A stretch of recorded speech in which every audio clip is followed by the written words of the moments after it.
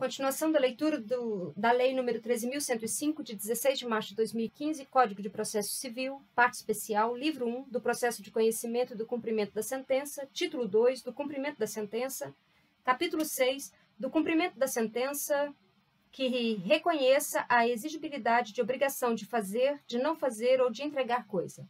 Artigos 536 a 538.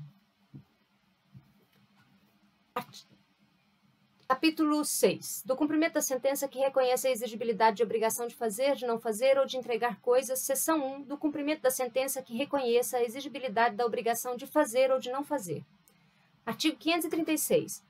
No cumprimento de sentença que reconheça a exigibilidade de obrigação de fazer ou de não fazer, o juiz poderá, de ofício ou a requerimento para a efetivação da tutela específica ou a obtenção de tutela pelo resultado prático equivalente, determinar as medidas necessárias à satisfação do exequente. Parágrafo 1º.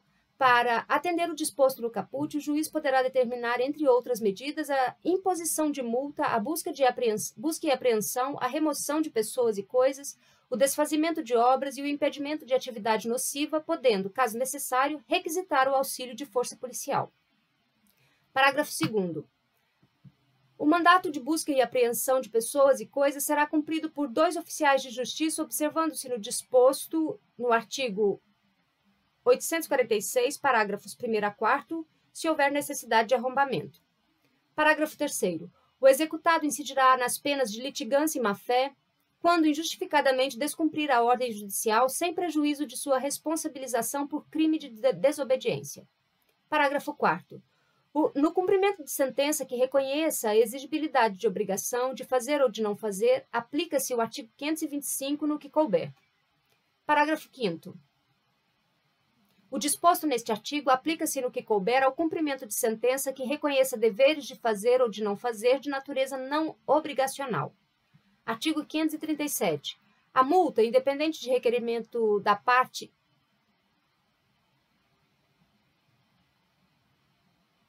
e poderá ser aplicada na fase de conhecimento, em tutela provisória ou na sentença, ou na fase de execução, desde que seja suficiente e compatível com a obrigação e que se determine prazo razoável para cumprimento do preceito. Parágrafo 1º. O juiz poderá, de ofício ou a requerimento, modificar o valor ou a periodicidade da multa vincenda ou excluí-la, caso verifique que, inciso 1, se tornou insuficiente ou excessiva, inciso 2, o obrigado demonstrou cumprimento parcial superveniente da obrigação ou justa causa para o descumprimento. Parágrafo 2º. O valor da multa será devido ao exequente. Parágrafo 3º.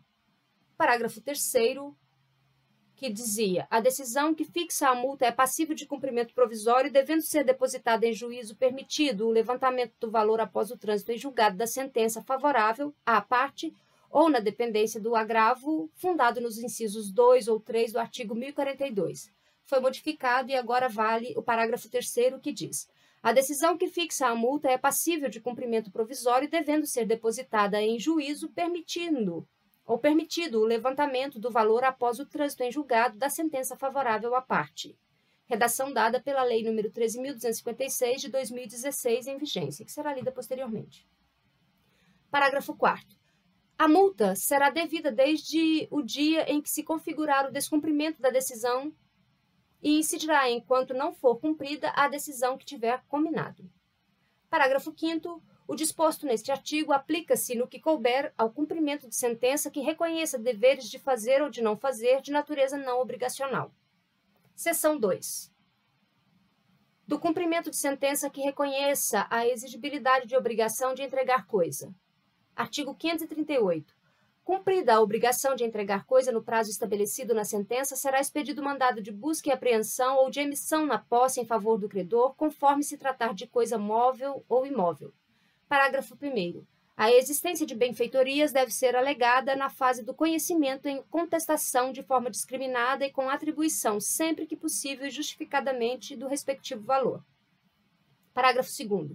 O direito de retenção por benfeitorias deve ser exercido na contestação na fase de conhecimento.